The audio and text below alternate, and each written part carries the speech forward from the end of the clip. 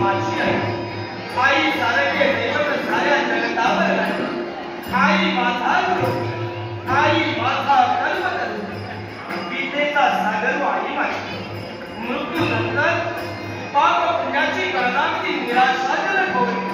मेल्यानंतर जरी आम्हाला नरकात जावं लागलं तरी त्याचं दुःख आम्हाला कधीच वाटणार. कारण जन्माला येण्यापूर्वी 9 महिन्यांचा कालावधी गेलाय तो स्वर्ग, आणि तोच 9 महिन्यांचा स्वर्ग म्हणजे माझ्या आईचा गर्भ.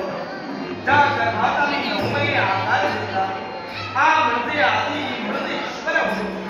ईश्वरा आधी नमस्कार तिला करावा अशी विश्वासी पूजनीय व्यक्ती म्हणजे आई होय.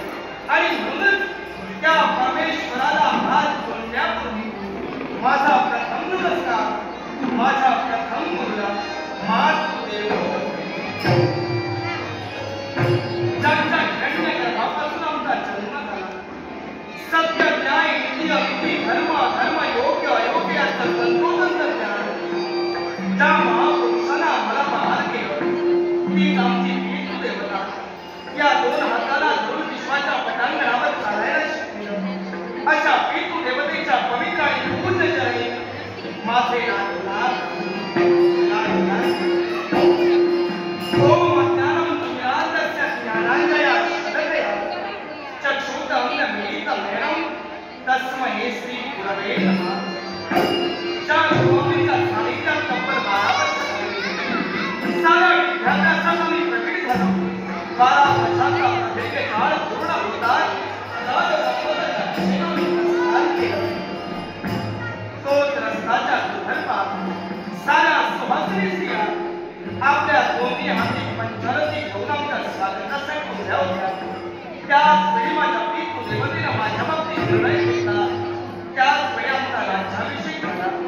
आम्हाला वृद्ध प्रजाजनांच्या मुखातून निघणारे शब्द ते जय जयकाराचे शब्द काळाची तुझा शांत करणार तेच मुख उद्गार अजूनही मला आठवतंय.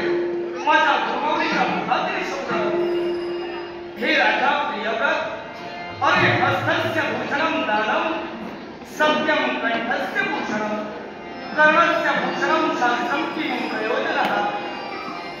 हाताचा खरा दागिना म्हणजे दानधर्म करणे होय. कंठाचा खरा दागिना काय असेल तर नेहमी सत्य बोलणे होय. आणि कानाचा खरा दागिना काय असेल तो शास्त्र श्रवण करणे.